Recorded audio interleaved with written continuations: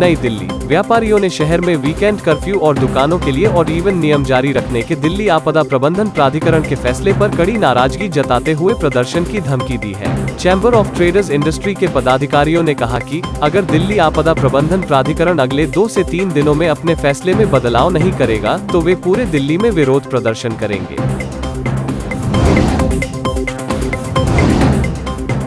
Karnataka, corona virus के बढ़ते मामलों के बीच स्वास्थ्य विभाग की टीम बेंगलुरु में बाजारों में की टेस्टिंग करते नजर आए।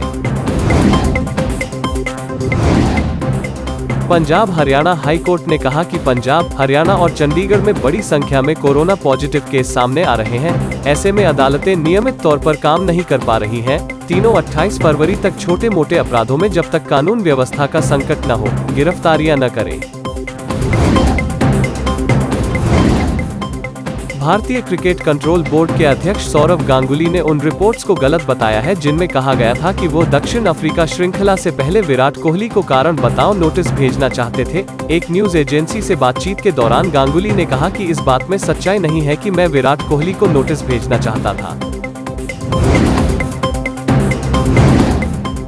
नाबालिग बच्ची के यौन शोषण के आरोप में घिरे प्रसिद्ध नवप्रवर्तनिक और पद्मश्री से सम्मानित उद्धव कुमार भराली को शुक्रवार को गिरफ्तार कर लिया गया। बृहस्पतिवार को गुवाहाटी हाई कोर्ट ने उन्हें अंतरिम अग्रिम जमानत देने से इनकार कर दिया था। पीएम मोदी शनिवार को करेंगे जिलाधिकारियों से संवाद, सरकारी योजनाओं और कार्यक्रमों पर लेंगे फीडबैक। पश्चिमी उत्तर प्रदेश में भाजपा प्रत्याशियों की जीत सुनिश्चित करने के लिए आज अमित शाह, जेपी नड्डा, सीएम योगी करेंगे डोर टू डोर प्रचार। उत्तराखंड इलेक्शन 2022, आज कांग्रेस करेगी 70 उम्मीदवारों की लिस्ट जारी। मीनाक्षी लेखी बोली, आतंकवादी केवल आतंकवादी होता है, उसके महिमामंडन की अनुमति नहीं दी जा सकती।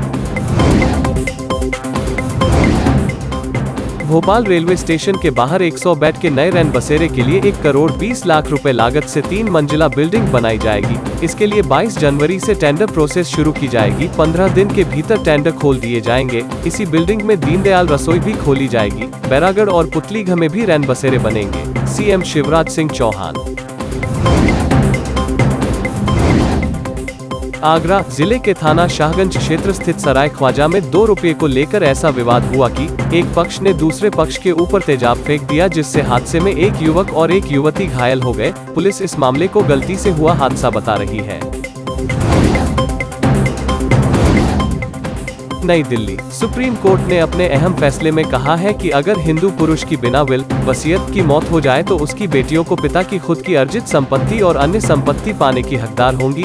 सुप्रीम कोर्ट ने कहा कि बेटी को अन्य सदस्यों की अपेक्षा ज्यादा वरीयता होगी। सुप्रीम कोर्ट में मद्रास हाई कोर्ट के फैसले को चुनौती दी गई थी।